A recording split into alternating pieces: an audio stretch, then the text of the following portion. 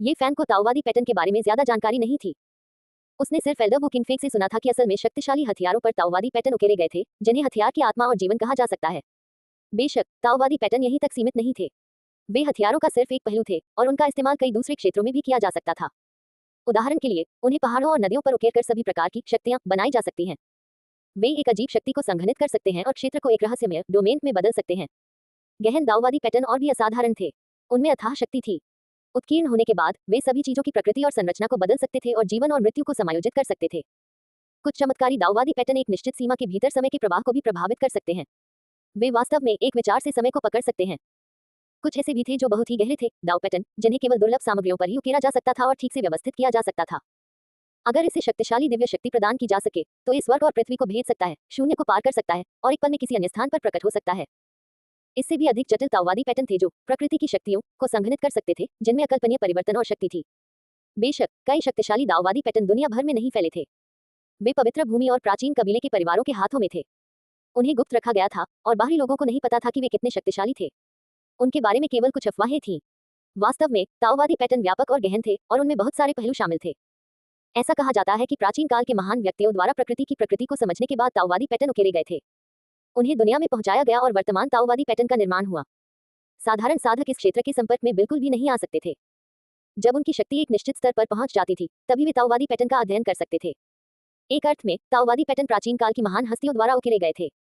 साधक जितना अधिक शक्तिशाली होता था उतना ही अधिक वे ताओवादी पैटर्न का अध्ययन करना पसंद करते थे जो दुनिया को दिए गए थे। रहस्यमय हरे तांबे की सतह पर कोई ताओवादी पैटर्न नहीं थे। फ्रैक्चर पर केवल घनी तरह से पैक किए गए ताओवादी पैटर्न थे। वे जटिल, गहन और अथाह थे। उन्हें समझना असंभव था। यद्यपि यह अत्यंत रहस्यमय था, फिर भी इसमें एक प्रकार का प्राकृतिक आकर्षण था जो किसी को भी इसके प्रति अत्यधिक प्रभावित कर सकता था। वे प्राकृतिक चीजों की तरह दिखते हैं, ये फान ने खुद से कहा। एल्डर वू किंगफेंग ने एक बार कहा था कि कुछ अनमोल खजाने ऐसे थे जिनमें जन्मजात दाव पैटर्न थे और उन्हें कृत्रिम रूप से परिष्कृत नहीं किया गया था।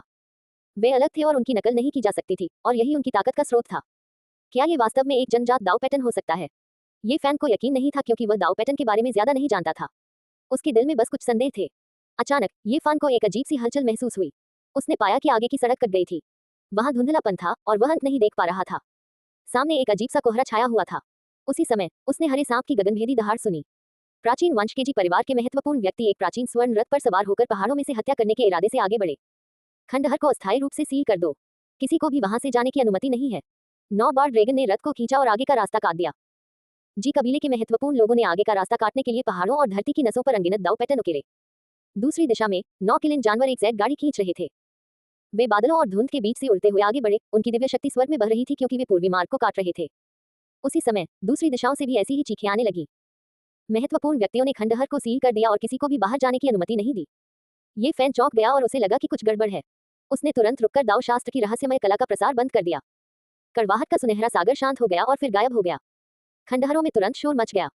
कई साधकों को पता ही नहीं चला कि क्या हुआ और उन्होंने सोचा कि महत्वपूर्ण व्यक्ति नरसंहार शुरू करने जा रहे हैं। क्या हुआ? उन्होंने हमें जाने क्यों नहीं दिया? कई दुष्ट साधक बहुत बेचैन महसूस कर रहे थे। केवल बड़े संप्रदायों के साधक ही शांत थे और उनमें घबराहट के कोई लक्षण नहीं दिख रहे थे। पूर्वी बंजर भूमि की मानव जाति का सर्वोच्च खजाना अभी तक प्रकट नहीं हुआ है। महत्वपूर्ण व्यक्ति घबरा रहे हैं। ये सही है। उन्होंने रास्ता इसलिए अवरुद्ध कर दिया क्योंकि उन्हें डर था कि कोई खजाना लेकर चला जाएगा। ये 5 महत्वपूर्ण व्यक्ति भी पूर्वी बंजर भूमि की मानव जाति के सर्वोच्च खजाने को नहीं खोज सकते। क्या अन्य लोग इसे प्राप्त कर सकते हैं? कई साधकों ने चर्चा की। जब उन्हें पता चला कि यह स्थान पूर्वी बंजर भूमि मानव जाति के सर्वोच्च खजाने के लिए बंद कर दिया गया था तो उनमें से अधिकांश को राहत मिली। उन्हें पहले से ही खजाने की कोई उम्मीद नहीं थी। 5 महत्वपूर्ण व्यक्तियों ने पहाड़ों और नदियों पर दाव रून उकेरे और आसपास के क्षेत्र को सील कर दिया।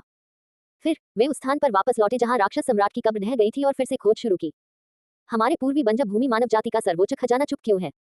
राक्षस सम्राट की कब्र के ढहने के बाद इसे दुनिया को हिला देने वाली आभा के साथ विस्फोट होना चाहिए था। 5 महत्वपूर्ण व्यक्ति फुसफुसाए। उन्होंने कोई गुप्त भाषा का प्रयोग नहीं किया और उसे छिपाने की जरूरत भी नहीं पड़ी। प्राचीन उजाड़ मीनार कहाँ है? ये क्यों नहीं दिखाई दिया? ये 10,000 से अधिक वर्षों से गायब है। अब समय आ गया है कि प्राचीन उजाड़ टॉवर फिर से दिखाई दे। ये क्यों गायब है? दूर से देखने वाले कई साधक चौंक गए। ये स्पष्ट था कि महत्वपूर्ण व्यक्ति इसे प्राप्त करने के लिए दृढ़ संकल्पित थे। यदि वे इस सर्वोच्च खजाने को नहीं पा सके तो उन्हें नहीं पता था कि उन्हें इसे कब तक सील करना होगा। ये फैन आश्चर्यचकित था। अब जाकर उसे पता चला कि पूर्वी बंजर भूमि की मानव जाति के सर्वोच्च खजाने को प्राचीन उजाड़ टॉवर कहा जाता है। सिर्फ नाम से ही उसे लगा कि यह असाधारण है। बड़े संप्रदायों के कई साधक अपने संप्रदाय की इस सर्वोच्च निधि के अतीत पर चर्चा कर रहे थे।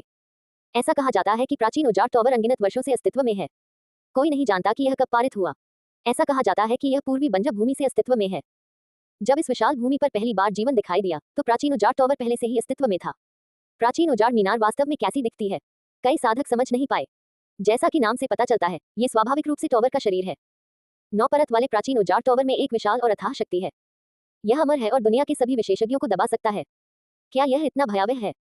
भले ही आप अद्वितीय हों और पूर्वी बंजर भूमि को नीचे से देखें, आप प्राचीन उजाड़ टॉवर के दमन को रोक नहीं सकते। अन्यथा इसे पूर्वी बंजर भूमि मानव जाति का सर्वोच्च खजाना क्यों कहा जाएगा? प्राचीन काल से कौन जानता है कि प्राचीन उजाड़ टॉवर के नीचे कितने अद्वितीय विशेषज्ञ मर गए हैं। कोई भी प्राचीन उजाड़ टॉवर के दमन को रोक नहीं सकता है।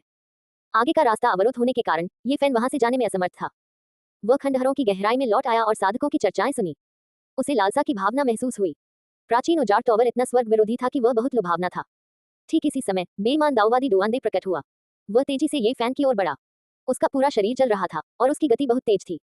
एक पल में वह ये फैन के सामने पहुंच गया। उसके चेहरे पर उत्साह भरा हुआ था और उसने पूछा, वह स्क्रैप कॉपर का टुकड़ा कहाँ है? मैंने इसे पानी के तालाब में फेंक दिया। क्या? बेईमान दाऊवादी का चेहरा सदमे से भर गया। फिर वह बेहद चिंतित हो गया। उसने ये फैन के कंधों को पकड़ लिया और उसे जोर से हिलाया। उसने कहा, कौन सा पानी का तालाब? जल्दी से मुझे वहां ले चलो। ये फैन का दिल धड़क उठा। क्या यह हो सकता है कि इस हरे तांबे की पृष्ठभूमि बहुत अच्छी हो? पहले तो उसने सोचा कि इसका पूर्वी बंजर भूमि के सर्वोच्च खजाने से कुछ लेना देना है। हालांकि जब उसे पता चला कि प्राचीन उजाड़ टॉवर में 9 परतें हैं, तो उसे तुरंत समझ में आ गया कि हरे तांबे का पूर्वी बंजर भूमि के मनुष्यों का सर्वोच्च खजाना होना असंभव है। इसका प्राचीन उजाड़ टॉवर से कोई लेना देना नहीं था। प्राचीन उजाड़ टॉवर बहुत बड़ा है और हर जगह घने जंगल और पहाड़ हैं। मैंने बहुत पहले ही दिशा बदल दी थी और भूल गया था कि मैं कहाँ गया था। नहीं, तुम्हें याद रखना होगा। बेईमान दाऊवादी की अभिव्यक्ति कुछ हद तक डरावनी थी। उसकी आंखें लाल हो गई थी और उसने ये फैन को पकड़ लिया, उसे छोड़ने से इनकार कर दिया। क्या ये सिर्फ तांबे का एक टुकड़ा नहीं है? तुमने 15 मिनट तक इसे बार बार देखा, लेकिन अंत में तुमने इसे जमीन पर फेंक दिया।